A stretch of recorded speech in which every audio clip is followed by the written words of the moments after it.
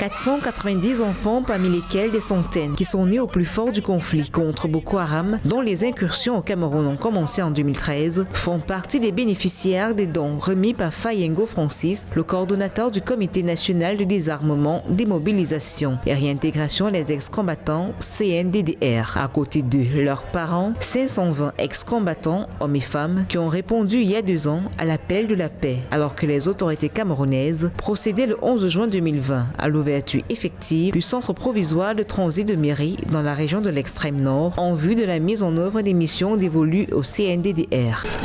Nous avons remis les dons ce matin pour faciliter, nous les faisons tous les jours, pour faciliter la vie de ces enfants-là qui sont actifs, ils ne restent pas sans travail. Tout le monde a fait quelque chose.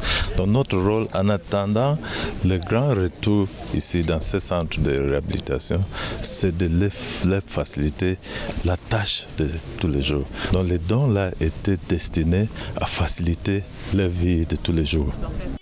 C'est en 2009 que le groupe terroriste Boko Haram lance ses premières attaques au Nigeria. Le Niger, le Tchad et le Cameroun n'ont pas tardé à recevoir des incursions meurtrières. Cela a nécessité une mobilisation régionale dans le bassin du lac Tchad avec la mise en place d'une force multinationale mixte soutenue par les armées nationales. Pour accompagner l'offensive militaire, les gouvernements ont convenu d'initier des programmes de désarmement, démobilisation et réintégration. Le bilan humain au Cameroun des attaques terroristes de Boko Haram fait état de plus de 3 000 morts civils et militaires, 270 000 déplacés et plusieurs milliers de jeunes enrôlés. Je suis sorti en brousse pour le chef de l'État, il a ouvert la main, j'ai entré dans sa main.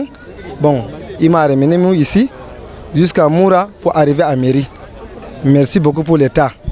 Il m'a donné un cadeau à CNDDR de Méry.